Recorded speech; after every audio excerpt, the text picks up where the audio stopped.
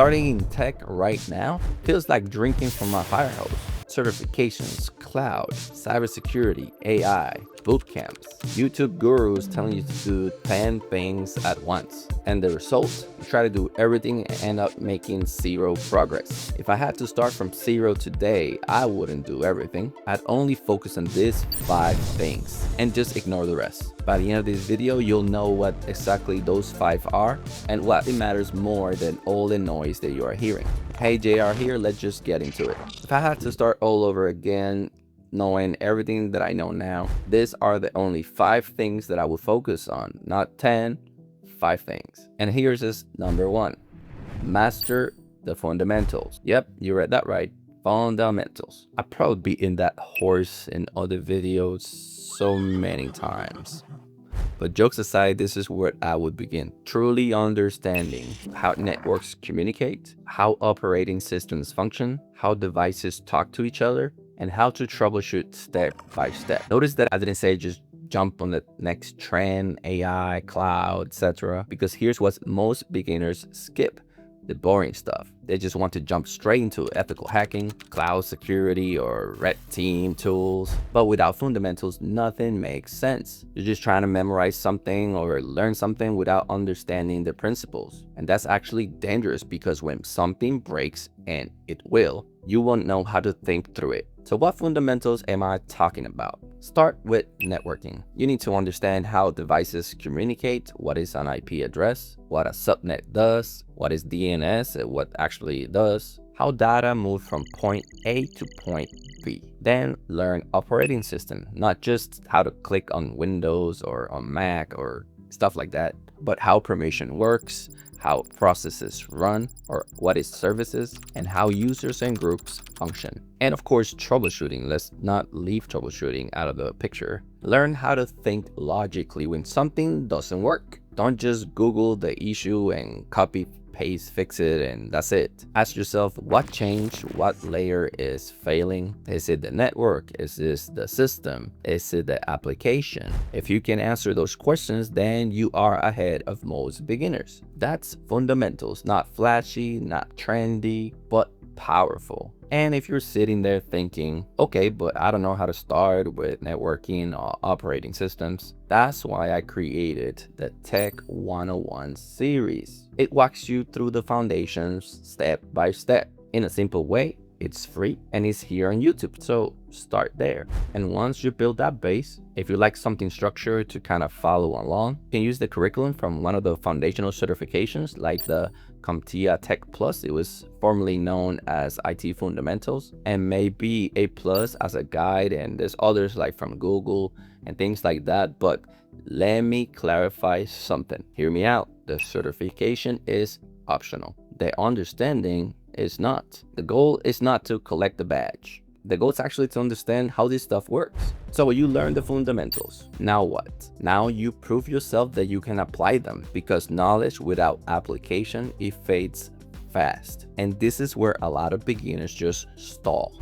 They study, they take notes, they watch YouTube videos, they pass exams, but they actually never touch the technology. And this is the part that you need to build out. So if I were starting over, I would build things, I will break things, and I will fix things. But how do you actually do that? Start with general IT, just keep it simple. Download VirtualBox, it's free. Install a Linux distribution like Ubuntu, it's also free. Or install a Windows trial ISO on a VM. Create users, change permissions, install services, break networking on purpose. Then figure out why something stopped working. You don't need enterprise infrastructure. You need control, chaos that you can learn from it. Then layer in security concepts, even if cybersecurity is not your final goal, because security touches everything. Use platforms like TryHackMe or HackTheBox. They both have free tiers. Don't do it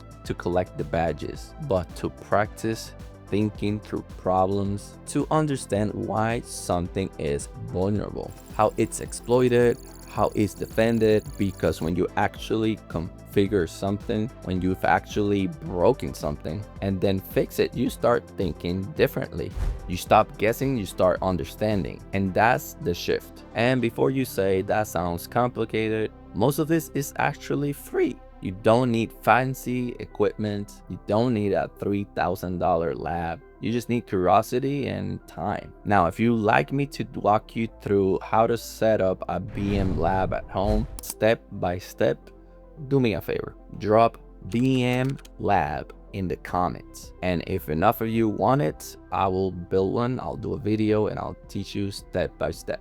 Now, at this point is when a certification starts making sense. Now, hear me out. I said at this point, right? Not at the beginning, at this point. So you got the fundamentals, you start doing some of that hands-on, and now is when the certification, it becomes that validation. It kind of becomes that proof of the stuff that you already understand. Now you got the fundamentals, you build that lab, and you're preparing yourself for that certification. Now it's time to step outside the lab, because, you know, control chaos is great, but it's not the same thing as the real thing. When you're actually working with real users, you know, people forget their passwords all the time. Things actually tends to break at the worst possible time. And then you have deadlines, you got to work with other teams, and communication is really, really important. So if I were starting over, I wouldn't obsess to just landing that perfect job. I'd focus on getting exposure. And that might mean volunteering to help with tech in a small business, maybe helping at church with their system, or maybe just assisting a nonprofit and trying to learn some of their IT systems and, you know, maybe some networking in there, or even, you know, see if you can take on some tech responsibilities in your current job. The goal is reps, because experience compounds. Every issue you troubleshoot, every system you touch, every conversation with a frustrated user, you're building something that labs can't give you. You're building judgment, you're building communication, and you're building adaptability. Those skills matter on every path. Cloud, cyber, systems, networking, all of it. So start when you can. Get exposure. Stack real world reps. And at this stage, just start shooting your shot. Apply for those entry-level roles, help desk, IT support, whatever gets you closer to the real environments. You don't need the perfect title, you need momentum, and the perfect job, it will follow later. Now this one gets overlooked, but it matters more than people realize. If I were starting over, I wouldn't try to figure out everything alone. I will intentionally put myself in rooms, physical or digital, where growth is normal. Because I truly believe this. Who you are around, it shapes how you think. Let me explain. If you're around people that are learning, you learn faster. If you're around people that are building, you build more. If you're around people that like solving things, you kind of start thinking more like them. So what does that look like? Maybe joining a tech Discord, engaging intentionally on LinkedIn, maybe finding a mentor, going to local meetups, even just constantly participating in comment sections where real discussions are actually happening. You don't need like 10,000 followers or any of that stuff. You just need that proximity to people that maybe they're a little bit ahead of you, because alone you just start second guessing yourself. You overthink, you start assuming that everybody else knows more than you. But when you're around beginners, intermediates, and professionals, you realize something very important. Everyone is figuring it out at some level. And when you realize that, that removes fear, it speeds up growth, and it keeps you accountable. So build relationships, because opportunities don't only come from what you know, they often come from who knows you. Now, before we move to the last section, do me a quick favor. If this is the kind of direction that you've been looking for, not noise, not hype, but clarity, hit subscribe, like the video, it will help me a lot. Turn on that bell, and that's your way of telling me, this is helpful, JR, keep going, right?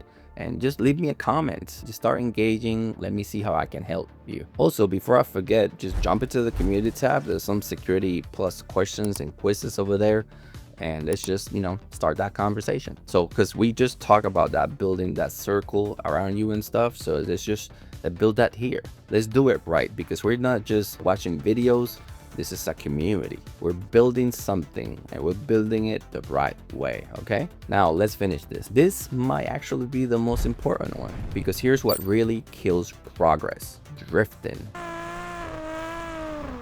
And no, not that kind of drifting. Starting in tech without a direction is just like walking into a massive airport without a ticket and no destination. You'll move, you'll feel busy, but you won't go anywhere. So if I were starting over, I would learn the fundamentals, build the real skills, get the real experience, surround myself with the right people, and then pick a path. Maybe that's IT support, networking, cloud, cybersecurity, something that aligns with you, your strength, your curiosity, your long-term goals. Then commit long enough to build depth, because clarity creates momentum and momentum creates opportunity. When you're intentional, you know what to study, you know what labs to build, you know what roles to apply for, you know what skills to sharpen. And that's why I build the Tech 101, to help you master the fundamentals and to see if tech is even for you.